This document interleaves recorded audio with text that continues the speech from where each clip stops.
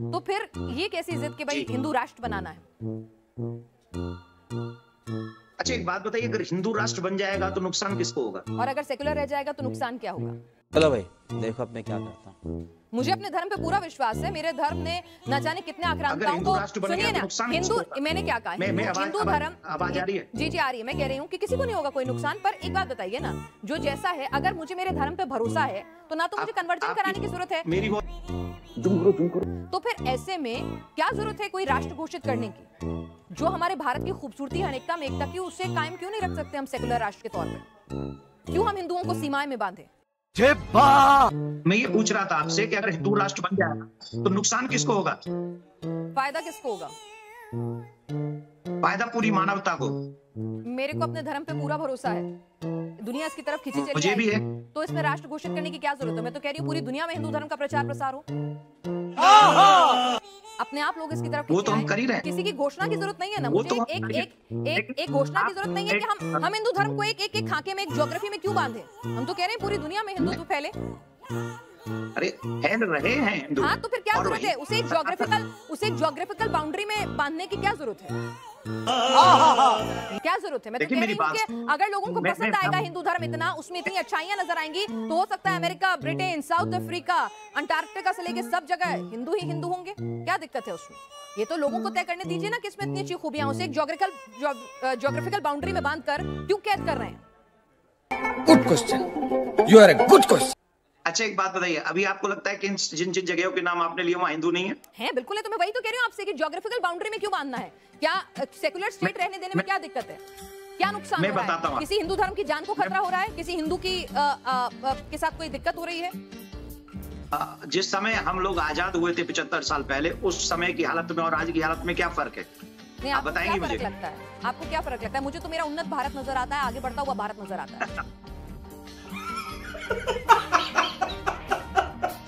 आपको मालूम भी है कितने माँ बाप जो है घर में बूढ़े बूढ़े अकेले पड़े और आंसू बहा रहे हैं। मैं कथावाचक हूँ, मेरे पास में इतने लोग आते हैं और उनके दुख दर्द, आप क्योंकि आप पत्रकार हैं, आप एक सीमित दायरे में, मैं असीमित दायरे में जाता हूँ और वहाँ जब अच्छा तो दे सके। मैंने कहा ना, हिंदू धर्म इतना कमजोर है, देश के कानून पे भरोसा नहीं है। अगर आप कह रहे हैं धर्म परिवर्तन हो रहा है तो मुसलमानों का भी हो रहा है। मुसलमानों का धर्म परिवर्तन तो बागेश्वर महाराज ने अपने मंच पर कराया और बड़े गदगद हुए, बड़ी तालियां बजवाई कि बहुत खूबसूरत शानदार काम किया है। वो अगर हिंदू धर्म में आए तो बहुत बढ़िया काम हो रहा है, लेकिन अगर हिंदू चला जाए तो पाप हो रहा है। ये डबल स्टैंडर्ड क्यों देती नंदन ठाकुर जी? मुझे अपने घर जाना है। देश में आजादी के समय कितने मुसलमान भाई थे? सर मैंने क्या कहा? कितने हिंदू क्या नहीं बढ़ रहे? हिंदू रेशो से नहीं बढ़ रहे हैं। अगर रेशो की बात करें, फर्टिलिटी रेशो की बात करें, अगर हम बात करें कि किस रेशो से बढ़ रहे हैं, तो आप कह रहे हैं कि हिंदू मुसलमान अलग अलग रेशो से बढ़ रहे हैं। क्या बात करें? 125 करोड़ की आबादी में क्या फिर 70% मुसलमान हो गए क्या? क्या बात है सर, क्या बात है सर, क्या बात, ये बात है। अरे सर क्या बस इतना ना। तो अगर कानून खड़े हो जाए तो हिंदू राष्ट्र तो नहीं चाहिए ना आपको? फिर अगर कानून खड़े हो जाए तो हिंदू राष्ट्र तो नहीं चाहिए ना? तेरी अंतिम सांस तक मुझे हिंदू राष्ट्र चाहिए। चलिए ठीक। अभी मैं गाली नहीं दे सकता। हम तुम्हारे घर में सनातन में नहीं होता क्या? आसाराम बापूजी और बाबा राम रहीम कहाँ चले गए? मतलब शोषण सनातन में नहीं होता क्या?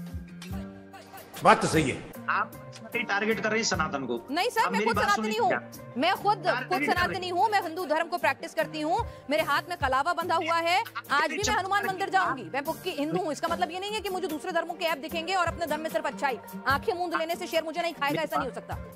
हमको सिखा रिया है। आपने अभी कई संतों के नाम लिए, मैं उनका नाम नहीं लूंगा कि वो जेल में है। अगर वो जेल में है तो ऐसे कई फादर और पता नहीं कौन कौन है, बिल्कुल वो आज भी उनसे भी बड़े कांड किए हैं और उनको बेल मिल गई 14 दिन में।